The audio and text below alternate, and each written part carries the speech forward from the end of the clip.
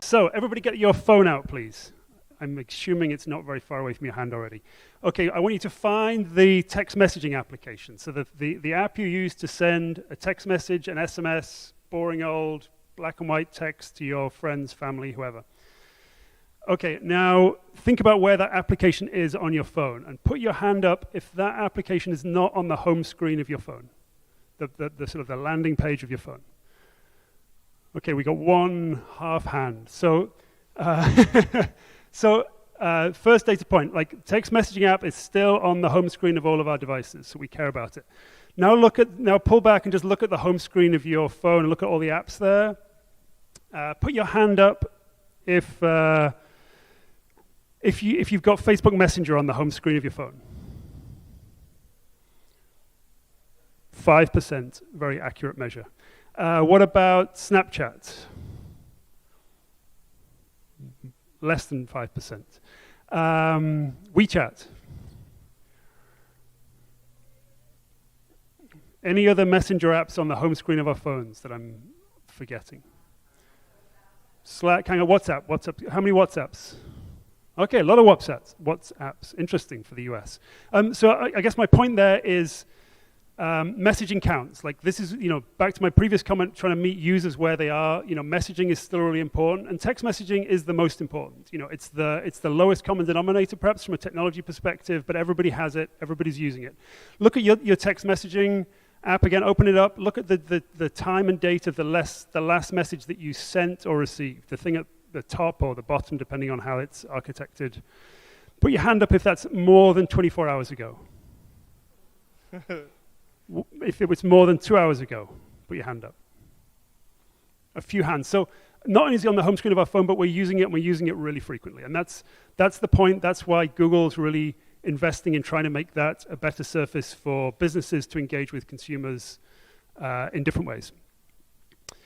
Why are we doing that? Why do we think this is important? As consumers, and we're all consumers, we're deluged with information. We get brand information left, right, and center. We've become experts at resisting it. We have DVRs. We sort of fast forward through TV ads. We have ad blockers on our browsers. We switch off notifications. And we're exceptionally good at that. In a customer service sense, and we've talked a lot about customer service being a driver of bots. I loved Ophir's stats, 55%. I don't want to call up a business. If I have to call up United and change my flight this afternoon, that's just a pain. I have to take time. They're not going to listen. And United hates it. It's really expensive. It costs them $10 every time I call them up. So it's bad for businesses. It's bad for consumers. There's a lot of pain that we can solve by moving customer service interactions into a better medium. We talked about banking before. Apps are super important. We've all got phones. They're all full of apps.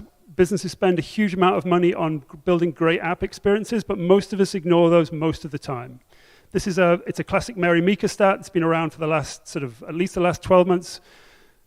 85% of my time is spent in 5 apps, and the same is true for you. Now, the 5 apps are going to be different.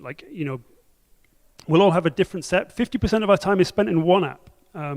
So although apps are important, if you're a banking app or you're a retail app or you're a travel app, chances are you're on screen 3, 4, 5, 6. Chances are notifications are off, and it's a really hard place for you to engage all of your users. So what do consumers want? They want conversational experiences. They want one-to-one. They want to be listened as well as to be talked at. So you have to be receptive to a two-way engagement, which I guess everybody in this room is already receptive to, but it's important to think that this isn't just about what the business needs, it's about what the consumer needs. And that applies whether it's marketing, whether it's service, whether it's commerce, whether it's maybe some other interface that a business has with the consumer. A big kind of up and to the right number, this is from Boston Consulting Group. They did a bunch of analysis around businesses that had made the transition to a conversational engagement with consumers and those that hadn't, and compared sort of trajectories of economic performance, and they build this sort of model, and I don't know if it's the right number, but it's a big number that basically says, this is what consumers are expecting. They're moving to a more conversational expectation around how they engage with businesses. So what is Google doing? We've really backed a standard called RCS, and RCS is It's a pretty boring telco standard. It's been around for 10 years, and basically it's the upgrade path for messaging. So if your messaging app on the home screen of your phone, apart from the gentleman in the front,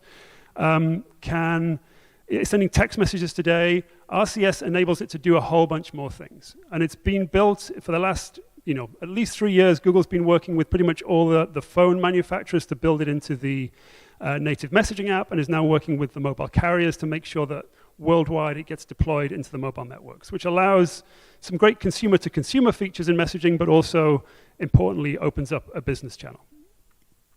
So what can we do? Or what's different? And we'll go kind of round the clock here. So at the top, the messages are coming from a business. If you get a message from United in your text messaging app, it's going to come from a short code or a long code. It's a whole bunch of numbers. Then you have to read the message and say, who's this from? Oh, okay, it's United. It's about my flight. Now it's going to come from United, or it's going to come from Citibank, or from whoever the business is. It's going to be verified. You get the little shield at the top, so you know that really is that business. You don't have to trust that it's your bank, or is it somebody phishing to be your bank? You know it's that business. You can brand that experience. With SMS, it's unbranded. There's no colors, there's no logos, there's no emotion. Now you can choose the logo, you can choose the colors, you can start to wrap this up in the look and feel of your brand. Obviously, you can send text-based information, but now you can send these cards, and we'll see these cards come in different shapes, sizes, carousels, one-off. You can have just a photo there. You can have something more complex. Here you've got a QR code plus some text plus some branding elements. And then we have these, what we call chips underneath, the ability to sort of tap through. If you like, this is sort of IVR logic trees applied to messaging. So rather than having to type yes or no, or say yes or no, you can just tap the yes, no button, or the checking, savings, change seat, upgrade, whatever the utility there is. So the user can quickly tap through an experience without having to open the keyboard. And it goes all the way through into payments integration. So you can have, a sort of marketing choosing a product. What are the features? What are the benefits? I want this one. I want to drill down by a genre or a category or something. And then you can make a transaction. So Google Pay is integrated into messaging. You don't have to leave and go off to an app or a website. You can have that full experience. And I'm whistling through these, hopefully to leave some time for questions at the end.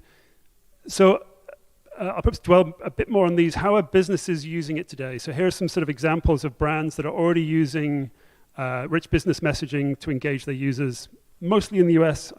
It's live today in US, Canada, Mexico. We're about to launch a whole range of European markets next month, and some more Latin American markets, with some Asian things coming later in Q4. So Booking.com do a range of things. The thing that perhaps they're most excited by is really simple. So they just send a booking confirmation message. You book a hotel. Here it's a sort of glass tree house. It's a nice visual example, but it's probably a more mundane thing. You book a hotel, you get a picture of the hotel, you get information. When are you staying? What are the dates? What price have you paid? And then you get chips below. Do you want to add that to your calendar? Do you want to see that on maps? So the day of or the day before, you can open up that booking confirmation. You can hit the chip and it'll open up maps and show you how to get there. Or you can hit another chip and say, I want to change the dates, change the reservation, and you can go into more of a logic flow.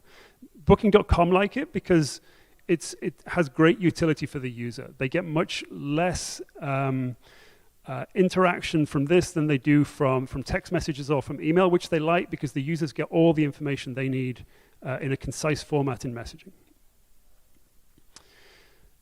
Subway, again, do a variety of different things. And Subway started off from an SMS perspective, so they have about 4 million users in the US they're part of a text messaging club. So you get a text message if you sign up. I can't remember the short code.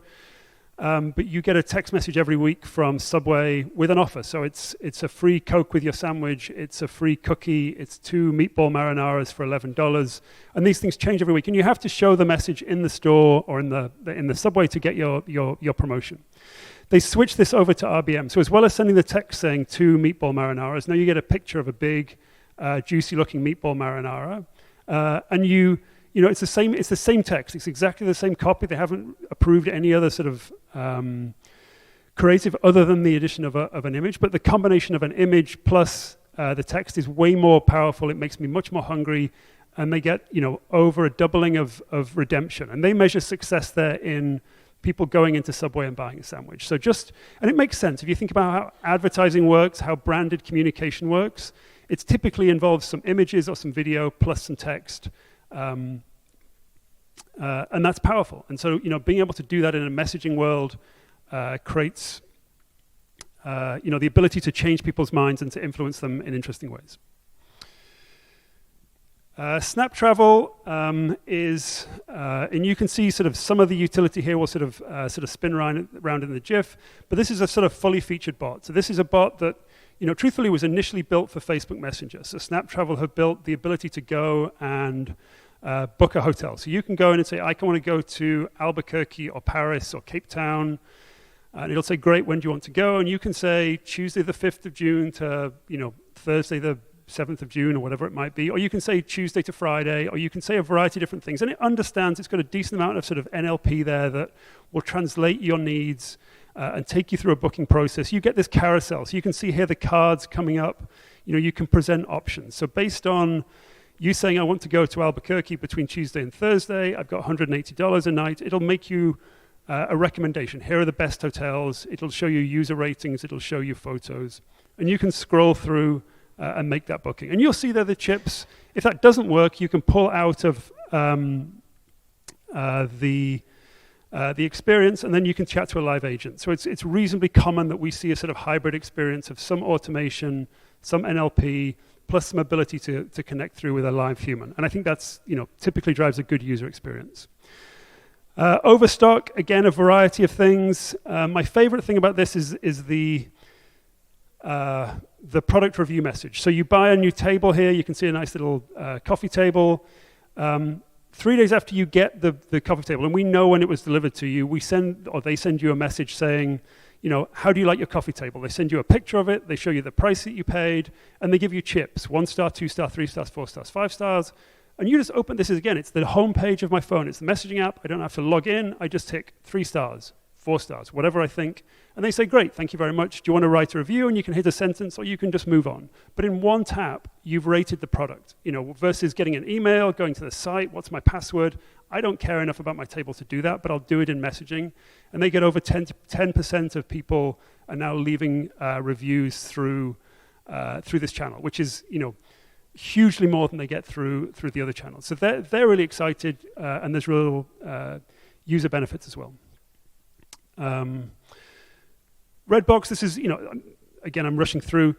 Here you can do different things. You can choose a movie genre, so you can say, okay, I want to watch a movie tonight. And you can drill in, and you can see the thing flow through. You can just choose comedies, dramas, new releases, whatever it might be, and you can drill down.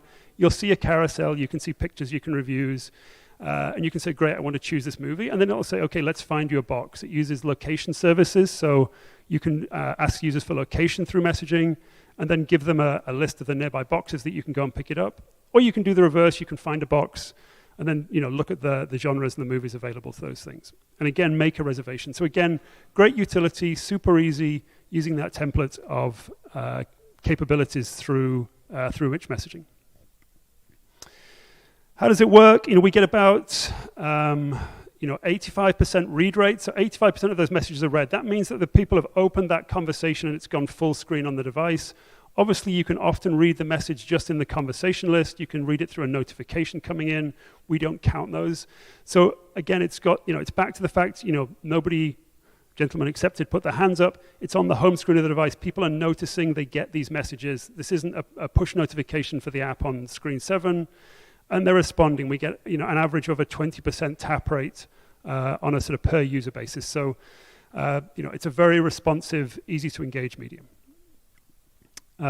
That's me. If you'd like more information, please do email me. I can, if you go to the website, you can also sign up for more information. You can see partners. We have about 200 partners that are building RBM experiences today for about 400 brands. So there's a decent ecosystem out there. If you'd like to sort of join, we'd love to hear from you. Or if you're a brand looking for a partner, we can help introduce you to people that are already developing in the system. Now, my first question is, how many questions are asked on Google every day? Lots. You should ask Google. All right. Use your big boy voice. Hi, Rob. How are you thinking about doing discovery? Like, obviously, you guys have different capabilities. That is a great question. Will you repeat that? So how are we doing discoverabilities or discovery? So We've launched RBM in what we call an A to P mode. So the expectation is that you're a business, you already have the phone number of your customers, and you initiate that conversation. So most of the use cases I showed are business initiated. And we've done that simply because it's an early medium. People are still experimenting. We want them to learn, and typically we want the business to feel in control of that rather than opening a floodgate to something that they're perhaps the user inquiries they're not used to. Obviously, Google has some fairly interesting surfaces for discovery. We've got search, we've got maps, we've got Google Play, other places where the users can go and search for or would encounter a brand. And so I think over time you could expect that we'll open those up as a channel for a user to initiate that dialogue. Great question, bud. Who else has one? All right, in the back. By the time that I get there, if you can say it without the microphone, you're good. Try it. Okay, he's soft-spoken. You're going to make Phil run. Here you go. Thank you. This is a naive question. Can you explain a little bit about the kind of flow when a message comes to a phone? Does the phone manufacturer limit what applications can handle those carrier messages? So in the example of Android, is the native Android messaging app the only app that can kind of receive those inbound text messages? That's not a naive question. There's one app on Android. There's an app that is designated as the sort of recipient, the place that those carrier text messagings that are addressed by your phone number. Typically, you get the phone out of the box and it will come with an app. Either it could be Android messages, Samsung messages, another messaging app. Pretty much all of those are now enabled for rich business messaging. And the user can also choose to download a different app and make that the default app. So how would this, if I have an Apple device or if I have a phone number that's not associated with an Android phone, whether it be cloud-based, et cetera, how would this experience work? Today, it's Android only. It's a good question. The reason that Google backed, rather than building a sort of proprietary messaging platform, has backed RCS, which is a telco standard. It's run by the GSMA. It's not a Google product. Is we want ubiquity. We want this to be a surface and a messaging experience for all users. So by backing that, and encouraging the Android ecosystem to adopt it, we have over 45 OEMs today that are RCS enabled. We just announced a big interop agreement with Samsung last week, so now it works across pretty much every device on the Android ecosystem. Obviously, Google can't speak for Apple. We know Apple are talking to Google about RCS. We know they're talking to the GSMA about RCS. Just as Apple's messaging experience incorporates SMS and iMessage today, I think the expectation is over time, as RCS is adopted by consumers, Apple would also support RCS, just like they support SMS.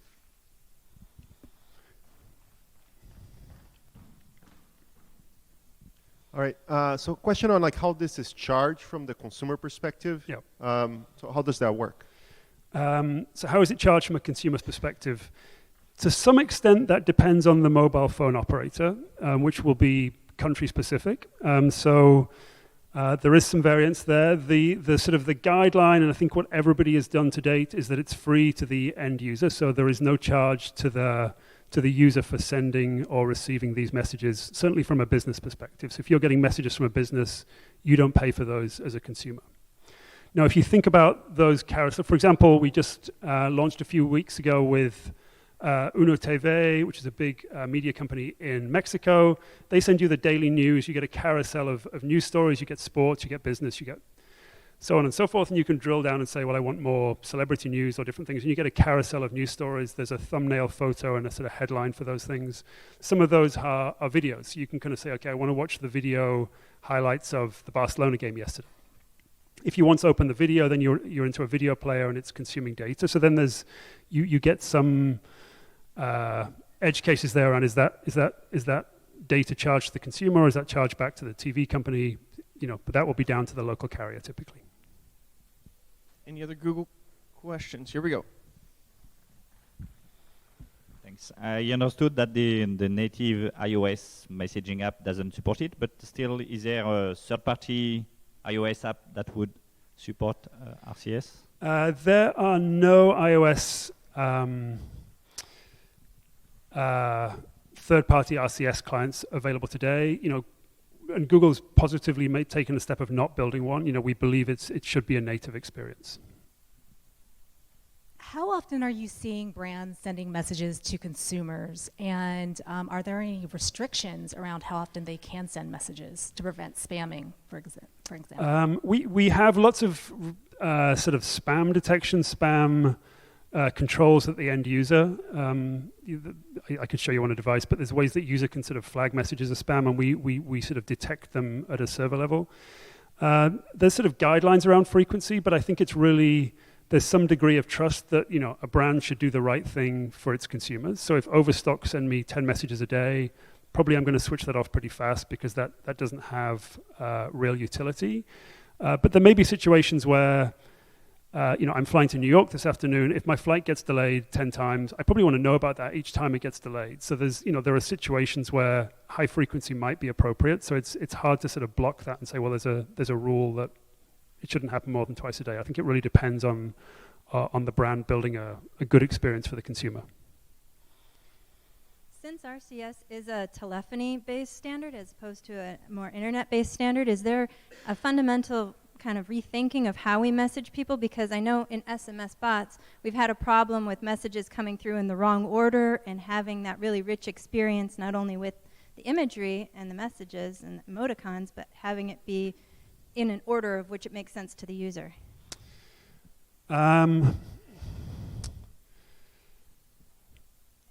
Clearly we want a good user experience. I haven't seen any issues as a sort of user of this, and because it's my job, I'm using this every day, like with a whole range of brands, or seeing end user feedback around the poor ordering of messages. It is, it's data. So obviously, there are times when you're in poor data coverage and there may be slow delivery of messages.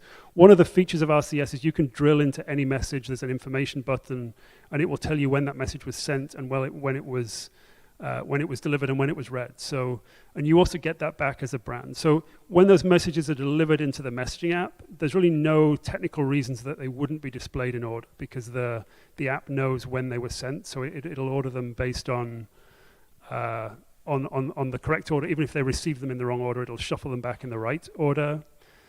So I think that will be much less of an issue than perhaps it is with SMS. There are also some sort of brand advantages there, is that you can send a message to a user and you'll know when it's read and when it's acted upon. And you also know when it's not. So if you send a message to a user and a day's gone by and they haven't read it yet, you can revoke that message and then send them an email or send them contact them in a different channel. So you're in control of not knowing just when it was sent, but when it was consumed by the user. All right. I'm going to have a technical question here. Are you hungry?